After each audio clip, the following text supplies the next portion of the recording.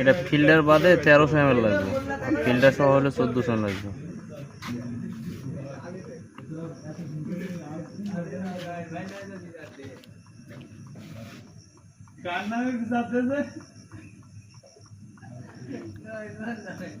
Filter change করছিলেন?